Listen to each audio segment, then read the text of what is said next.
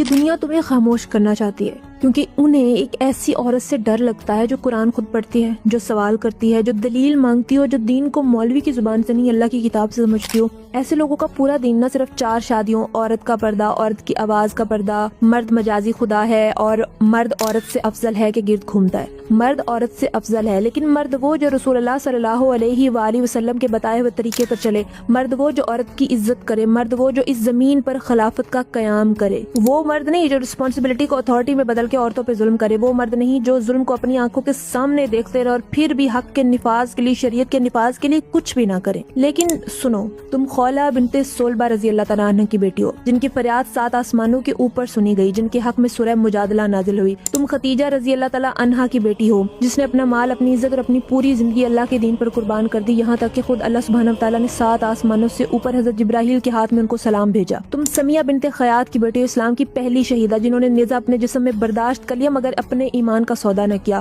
تم عائشہ رضی اللہ تعالیٰ عنہا کی بیٹی ہو، جن کے دروازے پر صحابہ کرام علم لینے آیا کرتے تھے، جن کے فتووں سے امت نے دین سیکھا۔ تم فاطمہ رضی اللہ تعالیٰ عنہا کی بیٹی ہو، جنہوں نے دنیا کی آسائشوں پر آخرت کو ترجیح دی اور صبر و وقار کی مثال بن گئی۔ تم اسماء بنت ابی بکر کی بیٹی ہو، جنہوں نے ہجرت کی رات اپنی جان خطرے میں ڈال کر رسول اللہ صلی اللہ علیہ وآلہ وسلم کی مدد کی اور ظلم کے سامنے کبھی نہ جھکی۔ تم ام سلیم کی بیٹی ہو، جنہوں نے واضح کہہ دیا کہ اگر اسلام قبول کرو گے تو یہی میرا مہر ہوگا، انہوں نے ایمان کو دنیا پر ترجیح دی۔ تم حبیبہ بنت سہل کی بیٹی ہو، جو خود رسول اللہ صلی اللہ علیہ وآلہ وسلم کے پاس آئی اور عرض کیا کہ میں اپنے شوہر کے ساتھ مزید زندگی نہیں گزار سکتی۔ رسول اللہ صلی اللہ علیہ وآلہ وسلم نے ان کی بات سنی، ان کی مرضی کا احترام کیا اور خلا کا حق عملاً قائم فرمایا۔ تم نصیبہ بنت کعب کی بیٹی ہو، جنہوں نے احد کے میدان میں رسول اللہ صلی اللہ علیہ وآلہ وسلم کے دفاع کے لیے اپنی تلوار اٹھائی، اپنے جسم پر زخم کھائے مگر قدم پیچھے نہ ہٹائے۔ تم ام شریک کی بیٹی ہو، جو مکہ کے عورتوں تک چھپ چھپ کر اسلام کا پیغام پہنچاتی تھی، حتیٰ کہ اس کی قیمت قید اور اذیت تھی۔ تم ام حکیم کی بیٹی ہو، جنہوں نے میدان جنگ کے اندر اپنے شوہر کی شہادت دیکھی اور اپنے ولیمے کے دن 7 رومیوں کو اپنے ہاتھوں سے قتل کیا۔ انہوں نے اپنی تکلیف کو، اپنی آزمائش کو اپنی کمزوری نہیں بنایا۔